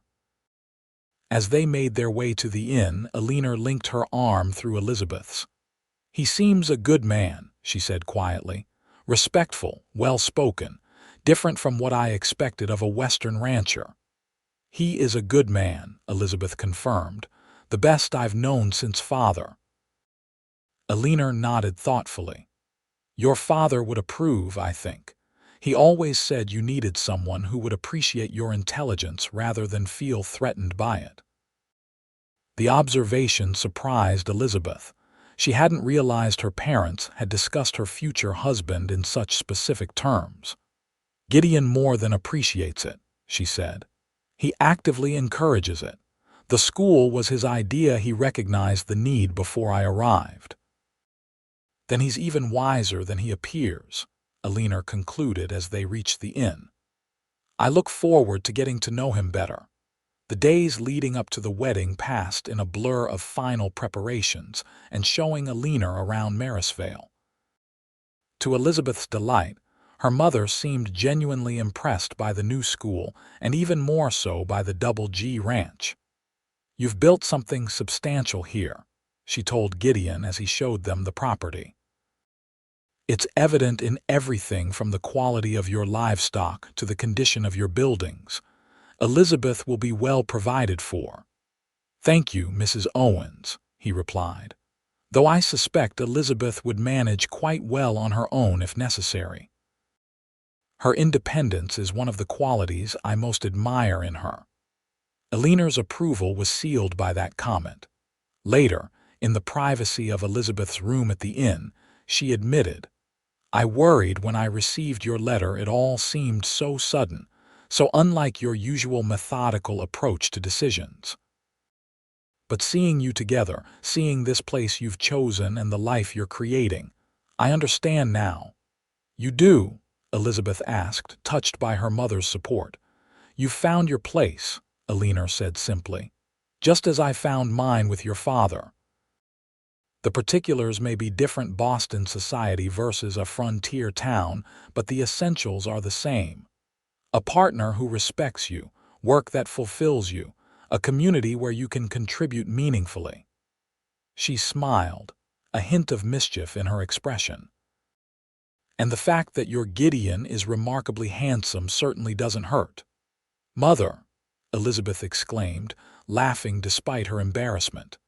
"I may be a widow of a certain age, but I'm not blind," Eleanor replied primly. "Your father was quite the handsome devil himself when we met." May 1st dawned clear and warm, perfect weather for a spring wedding. The church, though small, had been beautifully decorated with wildflowers and ribbons by Martha and a committee of local women. Every resident of Marysvale and many from outlying ranches and farms had turned out for the occasion, filling the pews and spilling into the yard outside. In a room at the back of the church, Eleanor helped Elizabeth with the final touches of her wedding ensemble, a gown of ivory silk that had been her mother's own, carefully preserved and altered to fit Elizabeth's taller frame. "Something old," Eleanor said, smoothing the fabric. "And this is something new." She fastened a delicate gold locket around Elizabeth's neck.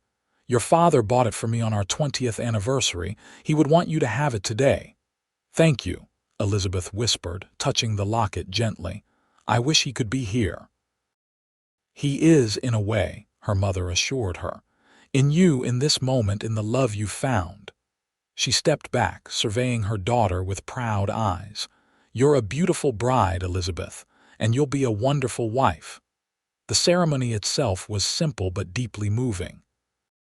Elizabeth would forever remember the moment she entered the church on Sheriff Miller's arm, a stand-in for her father, at her mother's suggestion, and saw Gideon waiting for her at the altar. His expression, as he watched her approach, a mixture of awe, joy, and profound love, confirmed every decision that had led her to this moment. Their vows, traditional in structure but personalized with promises that reflected their unique journey, were exchanged with clear voices, despite the emotion evident in both their faces. When the minister pronounced them husband and wife, Gideon's kiss was tender yet unmistakably passionate, earning cheers from the assembled guests. The celebration that followed on the grounds behind the church lasted well into the evening. There was music from local musicians, dancing on a wooden platform constructed for the occasion, and enough food to feed twice the number present, thanks to contributions from every household in town. As dusk fell, lanterns were lit, casting a magical glow over the festivities. Elizabeth and Gideon circulated among their guests, accepting congratulations and well wishes from what now felt truly like their community. "Happy Mrs. Graves?" Gideon asked as they stole a moment alone near the edge of the gathering. "Completely," Elizabeth assured him, leaning into his embrace. "Though I'm not entirely used to the name yet." "You have a lifetime to adjust," he murmured, pressing a kiss to her temple. "A lifetime that begins properly tonight." The hint of desire in his voice sent a pleasant shiver through Elizabeth. After weeks of proper courtship and careful restraint, the thought of finally being truly alone with him, of becoming his wife in every sense, filled her with anticipation. Their departure from the celebration was marked by traditional teasing and good wishes. Martha had prepared the ranch house for their arrival, ensuring fires were lit, and everything was perfect for the newlyweds' first night in their home. The ride to the ranch was quiet, both of them wrapped in thoughts of the day and the night ahead. When they arrived, Gideon helped Elizabeth down from her horse, then surprised her by sweeping her into his arms to carry her across the threshold. "Welcome home, Elizabeth," he said softly as he set her down in the entryway. She looked around, seeing the familiar rooms now transformed by the knowledge that this was truly her home, their home. "It feels right," she told him, turning to meet his gaze. "Being here with you feels right." His eyes darkened as he drew her closer. "From the moment I saw you in that stagecoach, fighting to stay above the water, something in me recognized you as important, essential." His hand came up to cup her cheek. "I didn't know then that you would become my wife, my partner, my heart's home, but I think some part of me hoped." Elizabeth leaned into his touch. "When you reached through that window, you weren't just saving my life. You were changing its course completely." She smiled up at him. "And I will be forever grateful for that broken ice, for it led me to you." Their kiss deepened, no longer constrained by propriety or public setting. When they finally separated, both breathless, Gideon's expression held a question. "Yes," Elizabeth answered simply, taking his hand and leading him toward the stairs to their bedroom. "Yes to everything that comes next." The days and weeks following the wedding established a rhythm to their new life together. Elizabeth divided her time between the school in town, where 28 students ranging from 6 to 16 years of age attended daily lessons, and her duties as mistress of the Double G Ranch. Gideon managed his cattle operation with the same efficiency as always, while finding time to support Elizabeth's educational efforts and enjoy their new life as husband and wife. Eleanor stayed for 2 weeks after the wedding, getting to know her new son-in-law better and helping Elizabeth settle into her new home. By the time she departed for Boston, promising to return for an extended visit the following summer, she and Gideon had developed a warm rapport based on their mutual devotion to Elizabeth and shared appreciation for literature and music.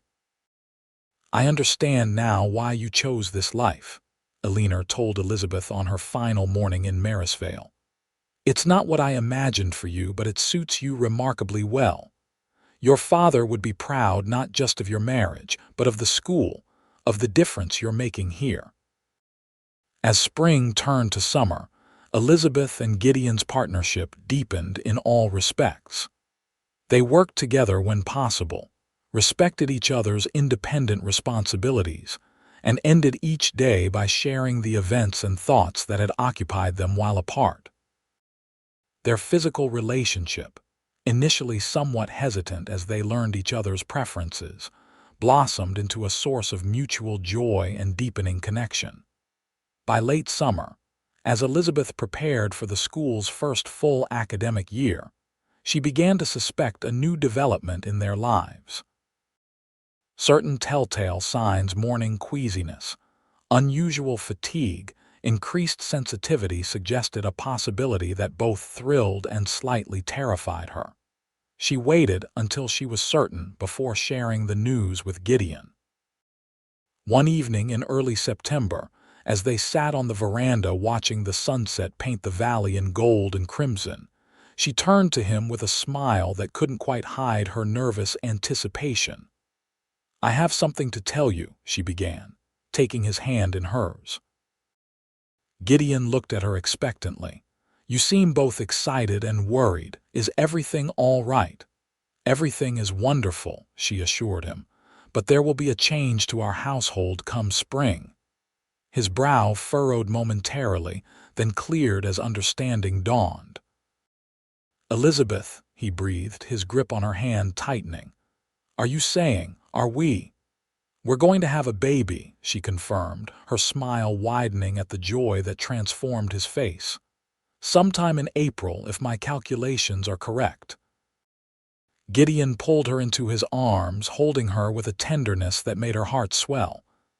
"A baby," he repeated, wonder in his voice. "Our baby." "Are you pleased?" she asked, though his reaction left little doubt. "Pleased doesn't begin to describe it," he said, drawing back to look into her eyes. "I'm elated, overjoyed, terrified in the best possible way." His hand moved to rest gently on her still flat stomach. "Thank you for this gift, Elizabeth. For sharing your life with me, for creating this new life together." "It seems fitting," she observed, covering his hand with her own, "that our child will arrive almost exactly a year after we met. From nearly losing my life in the ice to creating a new one, what a difference a year makes." Gideon nodded, his eyes suspiciously bright.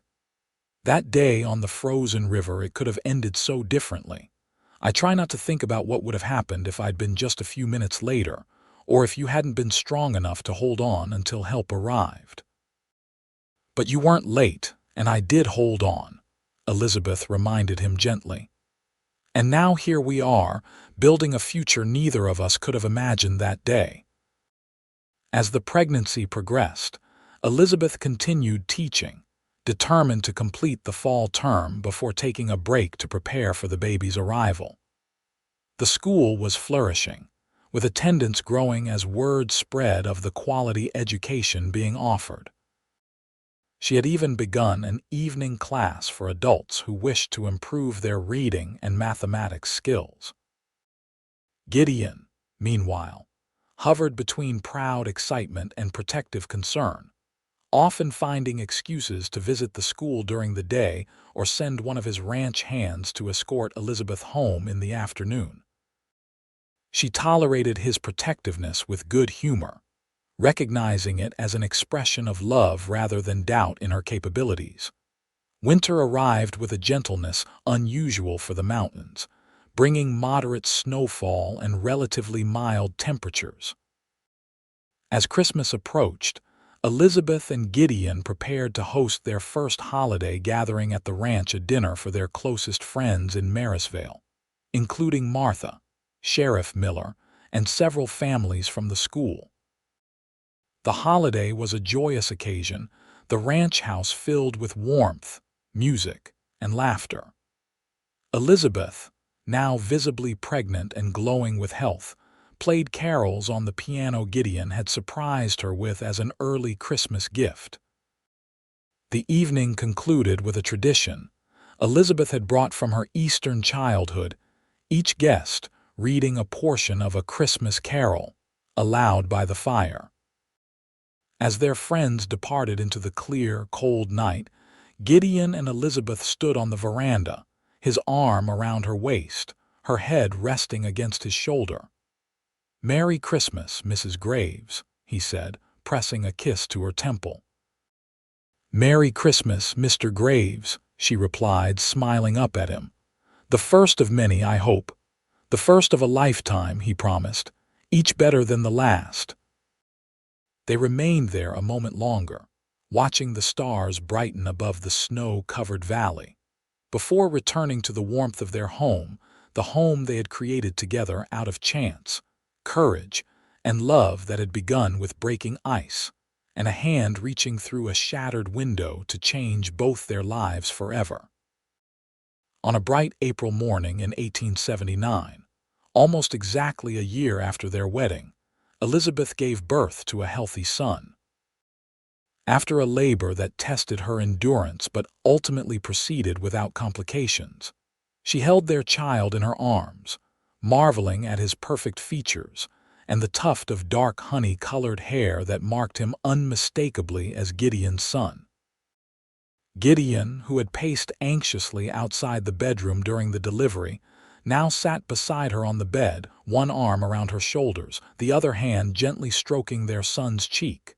"He's beautiful," he whispered, awe evident in his voice. "Perfect." "He is," Elizabeth agreed, exhausted but radiant with joy. "What shall we name him? We never did settle on a boy's name." They had discussed possibilities throughout the pregnancy, agreeing on Emma for a girl after Elizabeth's favorite author, but remaining undecided for a boy.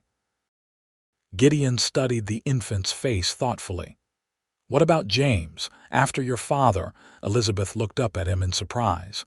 "You would do that, of course," he said simply. "He was important to you, and from everything you've told me, he was a man worth honoring." Tears welled in Elizabeth's eyes. "James," she repeated softly, looking down at their son. "James Graves, it suits him." "James Thomas Graves," Gideon amended. "Thomas was my father's name." "Perfect," Elizabeth said, leaning against her husband's solid strength as their son James Thomas blinked up at them with newborn curiosity. The arrival of James transformed their lives in ways both expected and surprising. Elizabeth discovered that, while she'd prepared intellectually for motherhood, reading every available text on infant care and child development, the reality was both more challenging and more rewarding than books could convey. Gideon proved to be a natural father, unafraid to change diapers or walk the floor with a fussing infant in the middle of the night. His tenderness with James revealed a new facet of the strong, capable man Elizabeth had married, deepening her love for him in ways she hadn't anticipated. By the time James was 3 months old, Elizabeth had established a routine that allowed her to balance motherhood with a modified return to teaching. She brought the baby to school 3 days a week, where the older girls delighted in helping care for him between their lessons. On the other 2 days, Martha or one of the ranch wives would look after James while Elizabeth conducted classes. As James grew from infant to toddler, the Double G Ranch prospered, expanding its operations to include a successful horse breeding program that Gideon had long envisioned. The school in Marysvale became known throughout the territory for its excellence, attracting students from neighboring communities, and even a few boarding pupils from more distant settlements. Elizabeth and Gideon's partnership in marriage, in parenting, in their respective work strengthened with each passing year. They weathered challenges together. A severe drought that threatened the ranch's survival, an outbreak of influenza that swept through the school, the normal stresses and strains of building a life in a frontier community. Through it all, they maintained the connection that had begun that fateful day on the frozen river, a blend of mutual respect, genuine friendship, and enduring passion that saw them through difficult times and made the good times even sweeter. When James was 3 years old, he gained a sister, Emma Eleanor Graves, born during a summer thunderstorm that seemed to herald her spirited nature. Where James was thoughtful and observant like his father, Emma proved to be curious and outspoken, reminding Gideon often of Elizabeth's determination and independence. By the time their third child, another boy, William Frederick, arrived 2 years later, the Graves family was firmly established as a cornerstone of the Marysvale community. Their home was known for its hospitality, the ranch for its innovation and fair dealing, the school for its progressive education. On a cold February day in 1885, 7 years after the stagecoach accident that had brought them together, Elizabeth and Gideon stood on the banks of the Sevier River, now safely frozen in the depths of winter. James, 6 years old and steady on his feet, skated cautiously on the ice nearby, under the watchful eye of a ranch hand. Emma, at 3, was bundled so thoroughly in wool and fur that only her bright eyes and pink cheeks were visible as she built a tiny snowman on the shore. Baby William, not yet a year old, slept peacefully in a sled lined with blankets. "It's strange to think this is where our story began," Elizabeth remarked, her gloved hand tucked securely in the crook of Gideon's arm. "Right here, or close enough." Gideon nodded, his gaze moving from the ice to their children, then back to his wife's face. Time had added a few fine lines around her eyes, a hint of silver at her temples, but to him, she was more beautiful than ever. "I still dream about it sometimes," he admitted. "Finding you in that stagecoach, the water rising, the fear that I might not get to you in time." "But you did," she reminded him, squeezing his arm. "And look what came of it." He smiled, pulling her closer to his side. "The best decision I ever made was breaking that window. And the best decision I ever made was taking your hand," Elizabeth replied, rising on tiptoe to press a kiss to his cheek. "Everything good in my life came from that moment." "Everything good in both our lives," Gideon corrected gently. "You saved me as surely as I saved you, Elizabeth. From loneliness, from a life half-lived." As they watched their children playing in the winter landscape, James now confidently gliding across the ice, Emma putting the finishing touches on her tiny snowman, Elizabeth felt the familiar wave of gratitude that had become part of her daily existence. What had begun as a near tragedy had transformed into a life richer and more fulfilling than she could have imagined that day she'd boarded the stagecoach bound for Sacramento. "You ever wonder about the path not taken?" she asked Gideon. "What might have happened if you hadn't been riding near the river that day, or if I'd continued to Sacramento as planned?" He considered the question seriously, as he did all her questions. "Sometimes," he acknowledged, "but only briefly. Because whatever might have been, this," he gestured to encompass their children, themselves, the life they'd built together. "This is where we were meant to be, together." Elizabeth nodded, understanding completely. "Together," she echoed, leaning into his embrace as they watched their family against the backdrop of the frozen river that had both threatened her life and delivered her to love.